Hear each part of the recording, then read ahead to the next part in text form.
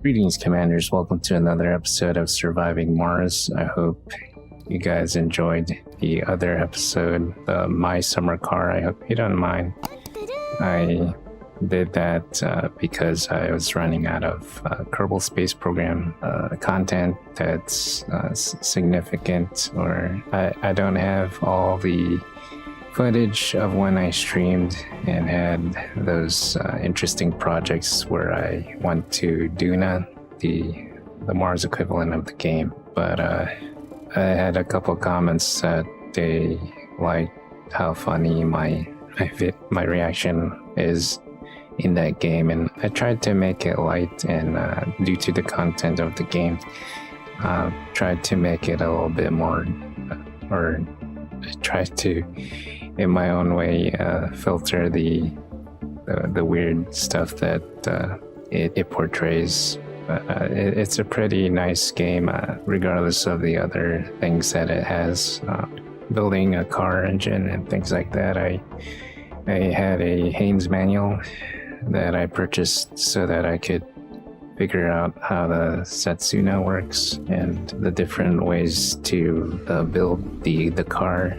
I referenced that, so I use those kind of manuals. If you haven't had the opportunity to get that kind of brand of manual, I suggest you look up Haynes manuals, and so it's a good first purchase for your car. And I have the one that I have for my very first car, and I still kept it.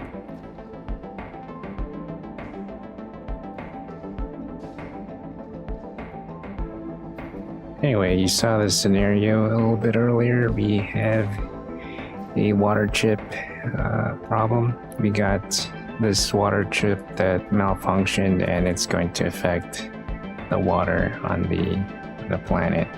Luckily, I had reserves, so I think I went the option of money to wait 2 sols for it to be the part to be shipped and repair the things that we need. So in this episode, we are going to explore the option of making biorobots. We unlocked a wonder before unlocking the Positronic brain, allowing us to make biorobots, which is a milestone for our Space-Y campaign, where we have 3 workshops. We need 3 workshops, and there's another milestone where you have at least 40% of your workforce working in workshops, which is much later. But the Positronic brain gives birth or life to robots, biorobots, which is an interesting thing. It makes me think of that movie with Robin Williams, where he says one is glad to be of service. He's a robot that turns or wants to be or becomes more human every day. And eventually, I won't spoil it for you, but it's something you might like to watch. But as we go further into the future, thinking about automation making our jobs easier,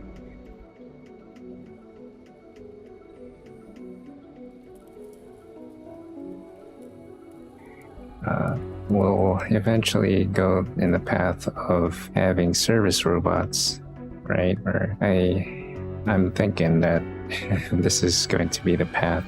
We already have research being done and projects. If you've been following MIT's robotics program and several other places that does artificial intelligence, that we're still far ahead of trying to get something as far as a human kind of replacement, not like a replacement, but something that doesn't require eating, sleeping, or whatnot. Well, actually, in its own way, it does need power.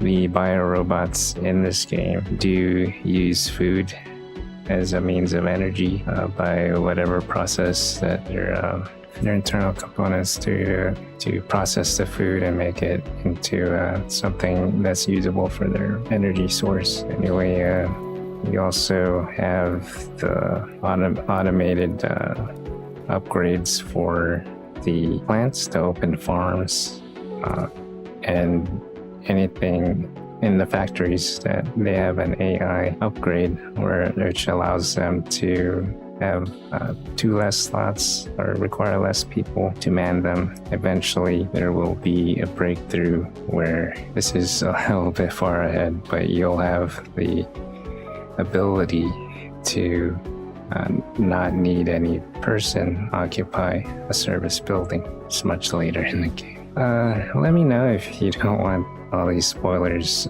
Leave a comment. I read all the comments. I also participate in Reddit forums and other YouTube channels. I leave messages of people who play this game, and you'll see me around. I'm constantly looking for ideas. Even though my stuff's already recorded, I have 3 months worth of gameplay. I actually completed this 100%. I'm just now recording over this certain day, so I'm trying to see what it is in the future.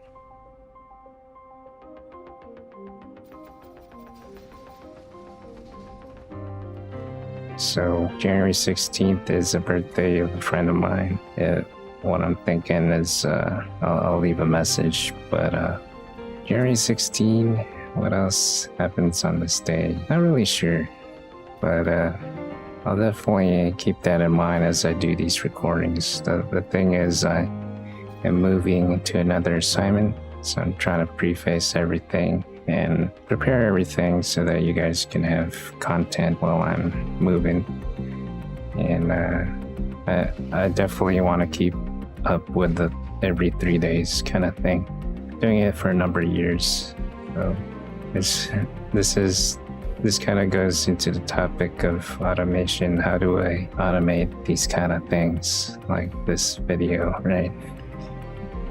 So the best thing that you can do if you want to prepare for the future is to actually have things prepared for the future. So to think and talk about the future is always something that's a good practice to have to prevent, maintain, or just preparation is key for anything that you may come across as far as challenges goes, or just overall health and maintenance of things. It's never too bad, or it's not a bad thing to prepare and think of what's to come, what's next, right? Anyway, so we do eventually get to that milestone where we have all the 3 workshops in different domes. We have a bunch of domes set up, and everything is